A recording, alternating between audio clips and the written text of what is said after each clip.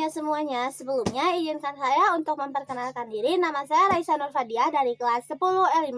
Di video kali ini saya akan menjelaskan tentang perkembangan sistem periodik unsur dan sifat keperiodikan pada SPU. Tahukah kamu jika tabel periodik unsur yang kita kenal sekarang ternyata punya sejarah yang panjang loh. Berawal pada tahun 1829, ilmuwan asal Jerman bernama Johanna Wolfgang Dobirner menemukan bahwa beberapa unsur memiliki sifat yang mirip. Ia mengelompokkan 3 unsur sejenis dalam satu kelompok yang disebut triade Dobirner. Menariknya, massa atom unsur yang berada di tengah hampir sama dengan rata-rata 2 unsur di sekitarnya. Namun, kelemahannya adalah sistem ini hanya berlaku untuk beberapa kelompok unsur saja. Nah, ini dia contoh dari sistem periodik unsur triade Dobirner. Lalu, pada tahun 1864, ilmuwan asal Inggris yang bernama Johann Alexander Reine Newlands menyusun unsur berdasarkan kenaikan massa atom relatif. Ia menemukan bahwa setiap unsur ke-8 memiliki sifat mirip dengan unsur pertama, seperti nada pada tangga nada musik yang berulang setiap 8 nada. Karena itu, teorinya dikenal dengan nama hukum oktav Newlands.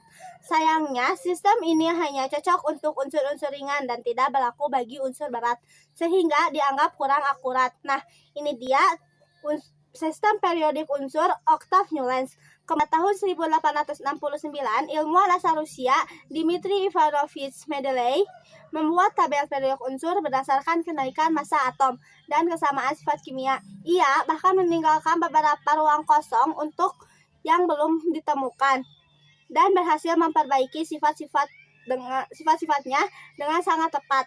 Namun, kelemahannya adalah beberapa urutan unsur masih tidak sesuai dengan sifat kimianya karena hanya berdasarkan massa atom saja. Nah, ini dia contoh sistem Mendeleev. Akhirnya, pada tahun 1913, ilmuwan Inggris yang bernama Henry Moseley memperbaiki sistem tersebut. Ia menyusun unsur berdasarkan kenaikan nomor atom atau jumlah proton, bukan massa atom. Inilah yang disebut sistem periodik unsur modern. Dalam sistem ini, unsur disusun dalam periode atau baris dan golongan atau kolom sesuai konfigurasi elektronnya. Sistem inilah yang kita gunakan sampai sekarang dan menjadi dasar dalam mempelajari kimia modern. Nah, ini dia adalah gambar tabel periodik modern yang kita gunakan sekarang. Nah, setelah memahami perkembangan sistem periodik unsur, sekarang kita akan membahas sifat keperiodikan unsur. Sifat keperiodikan unsur adalah perubahan sifat-sifat unsur yang terjadi secara teratur di dalam tabel periodik. Beberapa sifat penting yang perlu kamu ketahui yaitu jari-jari atom, afinitas elektron, energi ionisasi, dan keelektronegatifan. Yang pertama-tama yang akan kita bahas yaitu jari-jari atom. Dalam satu golongan, semakin ke bawah, jari-jari atom akan semakin besar karena jumlah kulit elektron bertambah. Namun, dalam satu periode, dari kiri ke kanan, jari-jari atom akan semakin kecil karena gaya tarik inti terhadap atom makin kuat. Selanjutnya, ada afinitas elektron. Afinitas elektron adalah energi yang dilepaskan ketika atom menangkap elektron. Dalam satu periode, semakin ke kanan, afinitas elektron akan semakin besar. Sebaliknya, dalam satu golongan, semakin ke bawah, afinitas akan semakin kecil. Kemudian ada yang namanya energi ionisasi, yaitu energi yang dibutuhkan untuk melepaskan satu elektron dari atom. Dalam satu periode, semakin ke kanan, energi ionisasi semakin besar karena elektron makin kuat terikat oleh inti. Sedangkan dalam satu golongan, semakin ke bawah, energi ionisasi semakin kecil karena elektron berada makin jauh dari inti atom.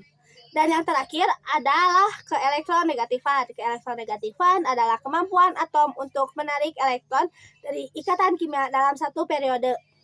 Semakin ke kanan, keelektronegatifan semakin besar, sedangkan dalam satu golongan, semakin ke bawah, keelektronegatifan akan semakin kecil.